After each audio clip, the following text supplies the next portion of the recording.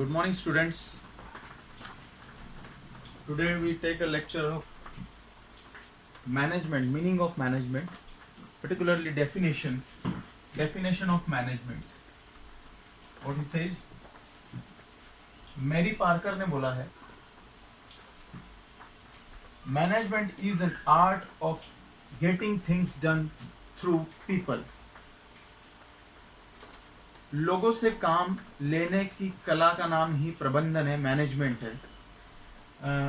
कोई एक व्यक्ति पूरा का पूरा संगठन या ऑर्गेनाइजेशन नहीं चला सकता है ना. मैनेजमेंट ही एक ऐसी शक्ति है जो ऑर्गेनाइजेशन में जितने लोग रहते हैं उनसे काम ले सकती है ढंग से.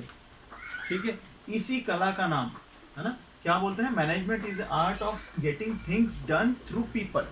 लोगों के से काम करवाना और काम करवाने की कला का नाम ही मैनेजमेंट है प्रबंधन में. अब अगर इसकी कैरेक्टरिस्टिक्स की बात करें तो विशेषताएं क्या है, तो विशेषता में पहली विशेषता है मीनिंगफुल एक्टिविटी.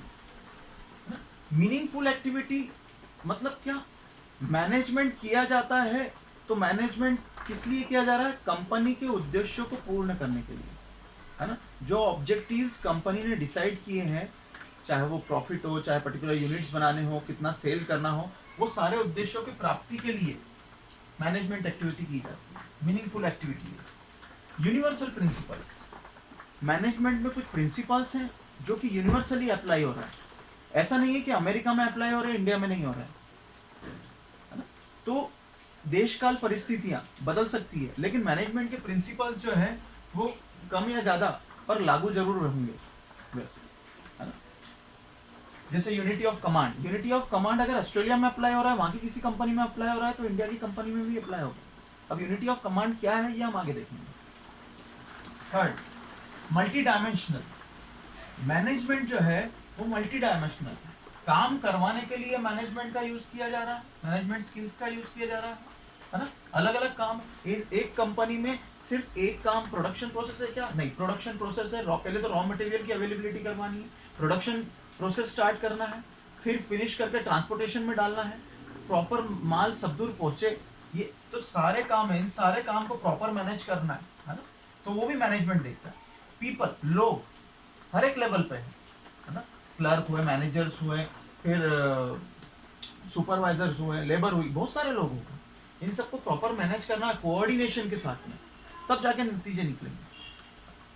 ऑपरेशंस. कितने ऑपरेशंस चल रहे हैं एक किसी ऑर्गेनाइजेशन में कई ऑपरेशंस होते हैं, कई कार्य होते हैं जिसको किया जाता है. उन सबको सही ढंग से और एक के बाद एक करना और प्रॉपर करना और उसके नतीजा लेना, वो मैनेजमेंट के लिए होता है. Continuous activity.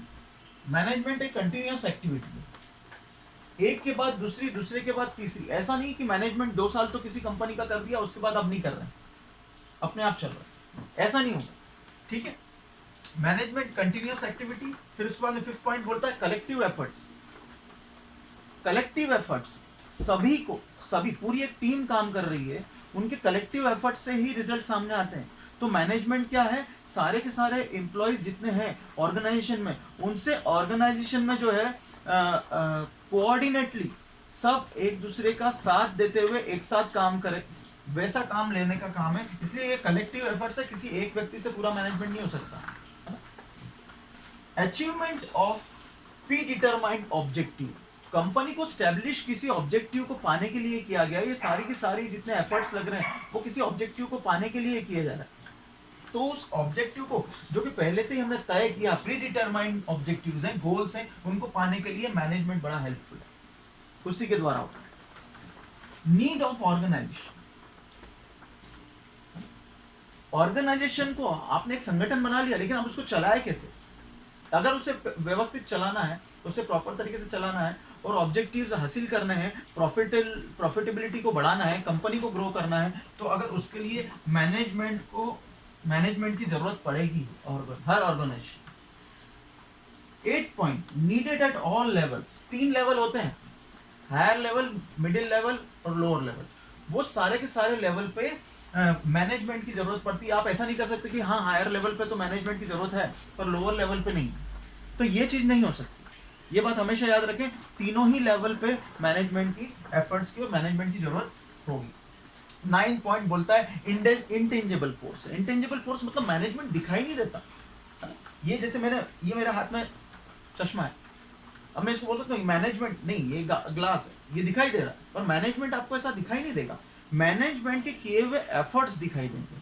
जब गोल अचीव होगा, कंपनी ग्रो करेगी, एक्टिविटीज में दिखाई देगा, रिजल्ट में दिखाई देगा। मैनेजमेंट डायरेक्ट ऐसे आंखों से दिखाई नहीं देगा। ठीक है। 10th लास्ट पॉइंट है, management is science and art both. अब क्यों साइंस है, तो अब याद कीजिए पुरानी definition, science is a systematised body of knowledge. ठीक है। अब उसमें कुछ प्रिंसिपल्स भी होते हैं, तो वैसे ही मैनेजमेंट में भी प्रिंसिपल्स हैं जो कि यूनिवर्सल लेवल पे अप्लाई होते हैं। ठीक है। अब आर्ट क्यों, तो ये मैनेजमेंट जो साइंस है, इसको कहाँ पुट करना है, कहाँ इसका कैसा यूज करना है, ये कला है, ये आर्ट है। हर जगह ऐसा नहीं होगा, सिचुएशन के हिसाब से कैसा कहाँ मैनेजमेंट को एफर्ट्स लगाने हैं, कैसे कहाँ काम लेना है, ये कला है। तो मैनेजमेंट, लास्ट पॉइंट क्या बोलता है, मैनेजमेंट विज्ञान और कला दोनों है। Management is science and art both. आज हमने देखा कि कैरेक्टरिस्टिक्स क्या थे, मैनेजमेंट को क्या, मैनेजमेंट की डेफिनेशन क्या थी। नेक्स्ट वीडियो में देखते हैं आगे।